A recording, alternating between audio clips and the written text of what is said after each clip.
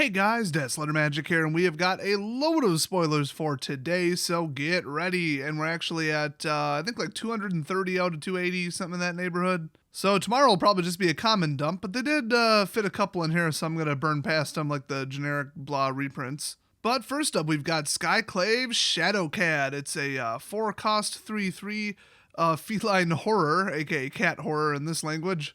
And if you pay 2, sacrifice another creature, you can put a counter on Skyclave Shadowcat, and then whenever a creature you control with a 1/1 counter on it dies, you draw a card. So within reason, that last effect is obviously just referring to him, but you could trigger it off something else. Also, I mean, you can cause the sacrifice to happen, so you just won't be able to put a counter on another creature with this card. It's definitely interesting. You got to find the right deck to build around it, but it's pretty interesting. Next up, we got Moss Pit Skeleton. It's a 2/2 for 2, kicker 3. It's a plant skeleton. That's interesting. And if Moss Pit Skeleton was kicked, it enters battlefield with 3 1/1 counters on it. Nice. So it would be basically a 5/5 for 5. And then whenever 1 or more 1/1 counters are put on a creature you control, if Moss Pit Skeleton is in your graveyard, you may put it on top your library. So at least it doesn't come back into play. You still got to pay for it again. But you could basically get it killed in small form and then bring it back later in big form. So that's kind of neat. Next up, drawn a Silencer. It's a 3/2 for 6, and it's Vampire Rogue, and when it enters battlefield, target creature an opponent controls gets -X until end of turn, where X is the number of creatures in your party. Way too unreliable to cost 6 and be a garbage 3/2. Definitely. Next up, okay, what is this? This is some old school Looney Tunes stuff right here. Wait, who would bust through the wall, first of all, with enough force to have your sword holder thing also make an outline, but also arms out? I mean, if you're running, crashing into a wall, you're going to kind of have your hands out in front of you. I'm going to read all the lore exclusively to find out what happened here. So anyway, it's a 5-cost enchantment, but it costs 1 less to cast for each creature in your party. And when Journey into Oblivion enters battlefield, exile target non-land permanent and opponent controls until Journey to Oblivion leaves the battlefield. So this could cost 1. I mean, a 1 exiler, cool. Otherwise, banishing is 3.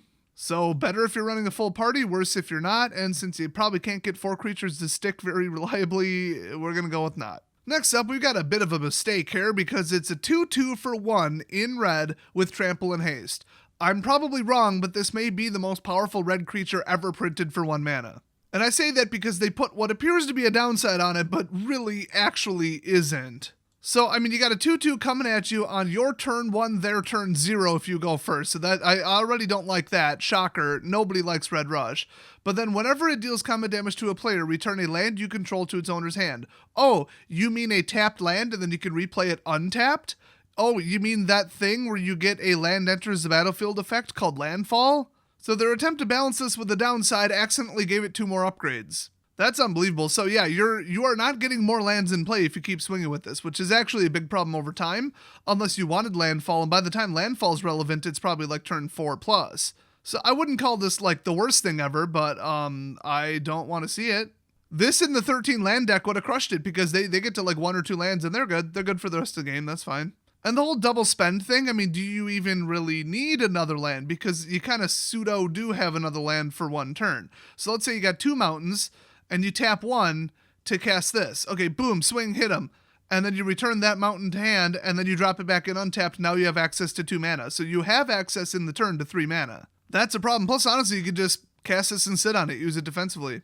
Not bad for like a turn 1 or 2, but I think late game this won't be very good. But late game, you might need the landfall effects. So it's really gonna be interesting to see if anybody bothers to play this, if this finds a deck to go in. But I don't like it.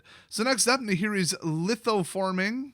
So it costs double red plus X, sacrifice X lands. For each land sacrificed this way, draw a card. You may play X additional lands this turn, and then lands you control enter the battlefield tapped this turn. This is the most roundabout, stupid, inconsistent, most self-destructive pile of crap I've seen lately.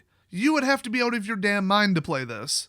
Even if your deck is red and somehow runs 50% lands, you are going to get a 50% loss on lands. You know, those things you need to do anything in the game.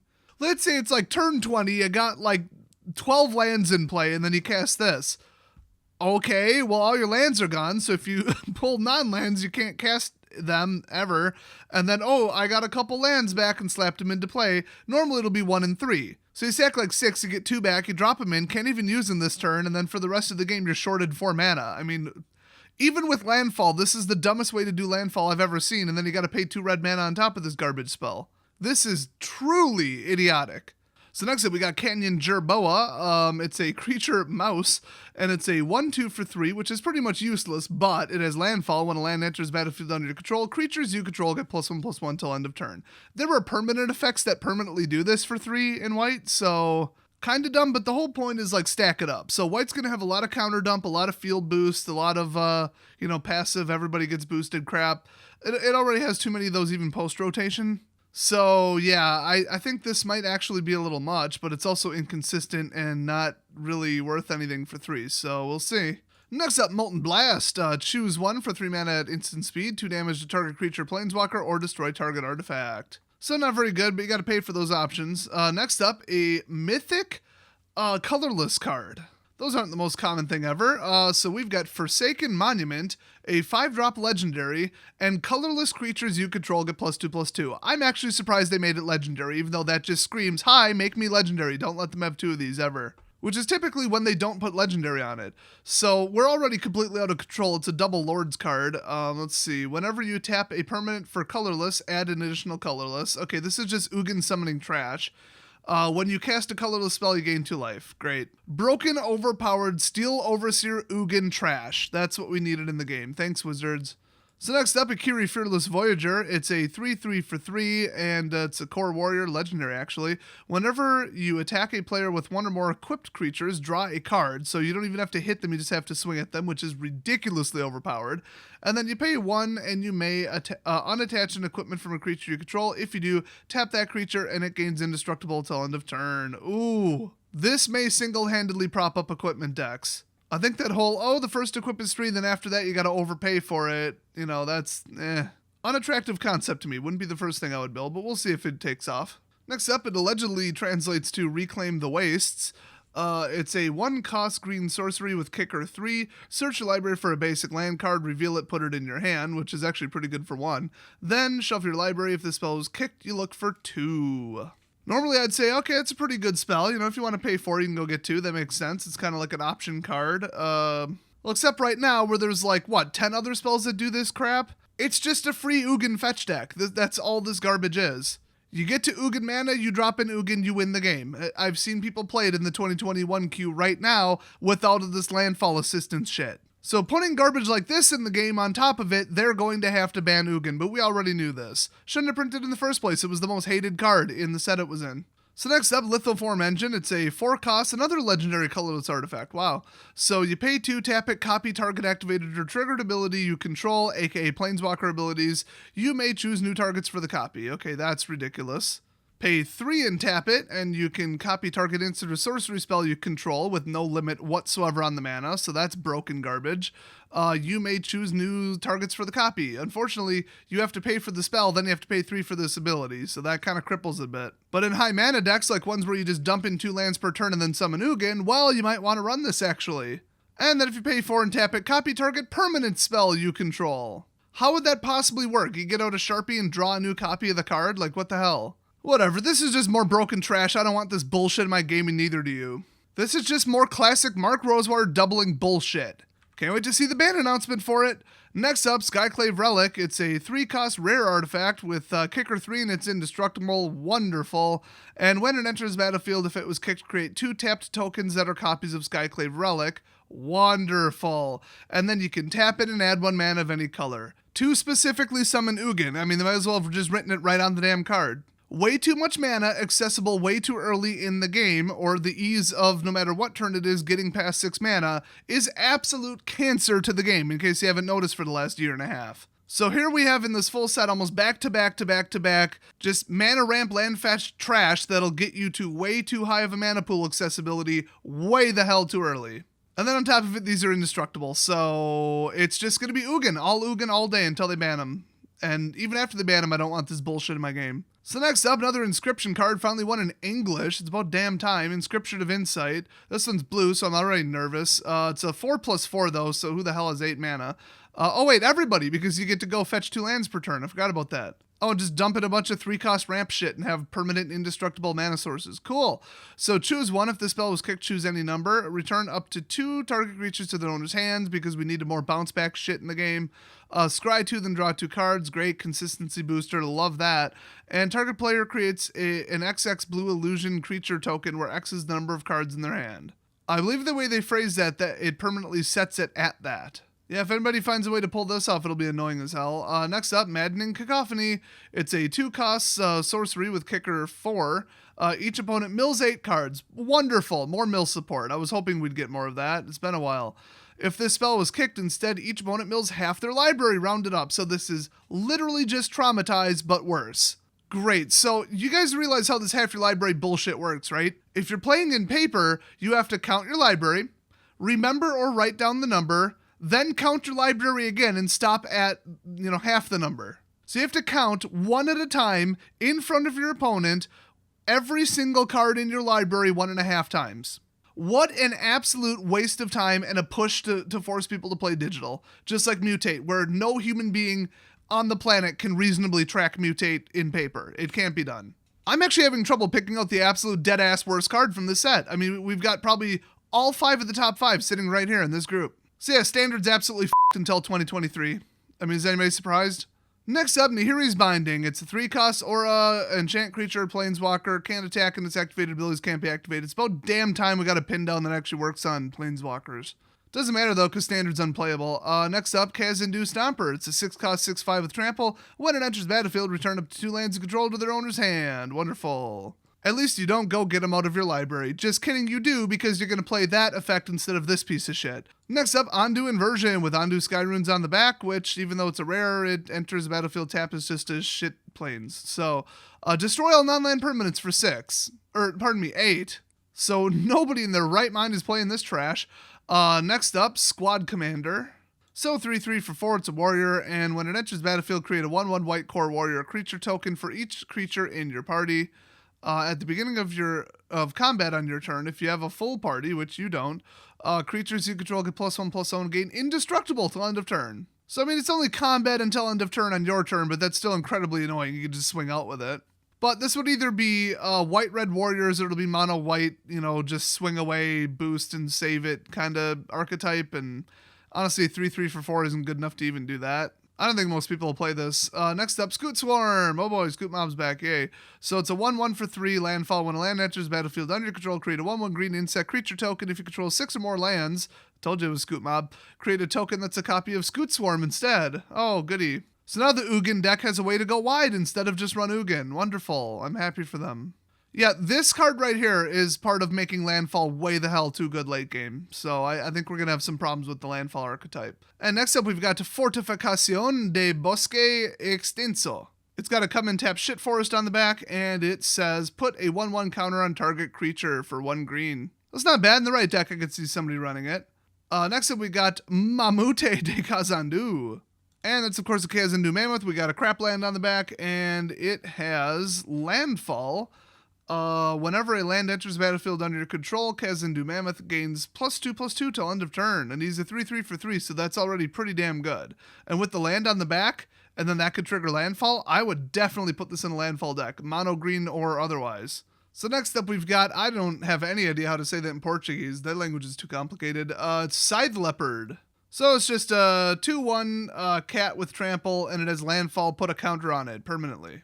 So that could get out of control over time, but I don't know if that deck would really have the time to wait for it. Next up, Skyclave Shade. It's a 3/1 for 2, and it has kicker 3. It can't block. And if it was kicked, it enters battlefield with 2 1/1 counters on it, which would be pretty vicious. And then it has Landfall when a land enters battlefield under your control. If Skyclave Shade is in your graveyard and it's your turn, you may cast it from your graveyard this turn. Well, at least you don't get it for free. But yeah, stuff that keeps coming back over and over and over is annoying, but you have to have a land, which, only 1 in 3 of your card draws should reasonably be land in a normal deck. Looks like black so far doesn't really do Landfall, so you can't build a whole deck around it. So I don't know. I think this is one of those, it might come back eventually kind of things. So something that low level, I could deal with it. Next up, oh boy, they're running out of exciting cards. We got the 50th reprint of Negate. I believe that is the most printed card that isn't a land in the game. You would think it's Evolving Wilds, but it's not. This shows up more often, if I'm remembering correctly. But yeah, counter target non-creature spell. It's a staple we need in the game. Cool artwork, whatever. I don't know. We've seen the card a million times. Who cares? Next up, we got Scavenged Blade. It's a red equipment, and when it enters the battlefield, obviously attach a target creature for free, because that's so fair, and then it gets +2/+0, and then it has equip 3, so pretty much useless. And finally, we got Grokmaw Skyclave Ravager. Hello. It's a Hydra horror because Hydras weren't terrible enough already. And it's a 0/0 for 3, but at least no X on it. So it enters the battlefield with 3 counters because that's what Hydras do. And then whenever another creature you control dies, if it had a 1/1 counter on it, put a 1/1 counter on Grokmaw. What if it had 2? I guess you only get 1. I don't know. It's not a full transfer. That's good. I am way super done with full transfers after the Ozolith just completely destroyed the game. So when it dies, create X black and green Hydra creature tokens where X is the number of 1/1 counters in Grokmaw. So for sure you're going to get 3 1/1s. You're probably going to get more. That is annoying. That is some Worm Coil Engine level annoying right there. Not many decks can defend against a creature going tall and then immediately, boom, when it dies, going wide. You would need 2 completely different strategies to deal with that, both with creatures or with spells. So this is going to be horribly annoying. I just don't think it can get very big very quick without spells or abilities that literally just say put a counter on target creature. So that's it for today. Boy, what do we got? Like 7 or 8 completely unacceptable, ban them on site, overpowered bullshit cards that nobody wants to play against, mixed with a bunch of unplayable trash. This set is garbage. It's absolute garbage. We went 2 days into the spoilers and I was like, okay, this looks good. And then it just all went to shit. It all went off a cliff. It's like they knew not to tell us up front, here's all the broken shit that you're going to hate. Here's all the crap designed by Mark Rosewater. And then like day 7, they're like, okay, fine, we'll just show you the rest. I mean, they left the worst cards for the latest they could possibly reasonably put them in the game. Or not the game, the spoiler list. And I think they did it on purpose because they wanted people to get, fake excited. But I knew better. I told you guys I was basically just playing along until they printed a bunch of shit that's just unbearable, overpowered ban on site crap. So I think we're up to probably, when this launches, 15 cards total in the format that need to be banned immediately. Otherwise, the format's ruined. And they're not going to do it. They're not going to ban 15. I think the most they'd reasonably ban is like 6, and even that would be insane. And I think 6 to like 10 is what we need gone from the 2021 queue in Arena right now. So yeah, Standard is going to be an absolute circus, total shit show, and hopefully these contribute to Brawl, because that'll be the only playable format. If you're about to say, what about Historic? I will slap you. Historic is turn 3 Elfwin. It's literally a little bit higher powered than most Vintage and Legacy decks. So Historic, that is absolutely ruined permanently. Thanks to Wizards' greed and their incapability to make anything that resembles fair play from an anthology set. I really appreciate that, Wizards. I heard Pioneer's pretty f***ed too, so we're down to Brawl, and I wouldn't even consider Sealed or Draft to be good for this set. This set looks like an absolute cluster when it comes to Draft. There are way too many game-ending power cards in the common slot, and way too many of them are green. So yeah, this set is going to be an absolute dumpster fire disaster, and we are going to have this stuck in the format for the longest. I mean, this single-handedly ruined Kaldheim or whatever the hell frickin' Norwegian bullshit after this. It ruined the D&D set. It ruined our stupid return to Innistrad that we shouldn't even be doing in the first place. Whatever double set horseshit that turns out to be. So we're already looking forward to not just the next rotation, because it's not going to do anything, but the one after that, and for them to stop printing broken shit after that. It's enough lead time. It's enough lead time to fire most of their lead designers and gut the design team. Oh, and by the way, that Red Dragon was designed by someone who, according to Mark, is not even on the design team for that set. I guess I won't give out his name. It's not that hard to find it. He literally admitted to it on Twitter, allegedly, if the tweet's even still there. And he's all, I'm excited about this card. Shut up. You should never, ever, ever be allowed to design anything again if you think anything's okay with that card.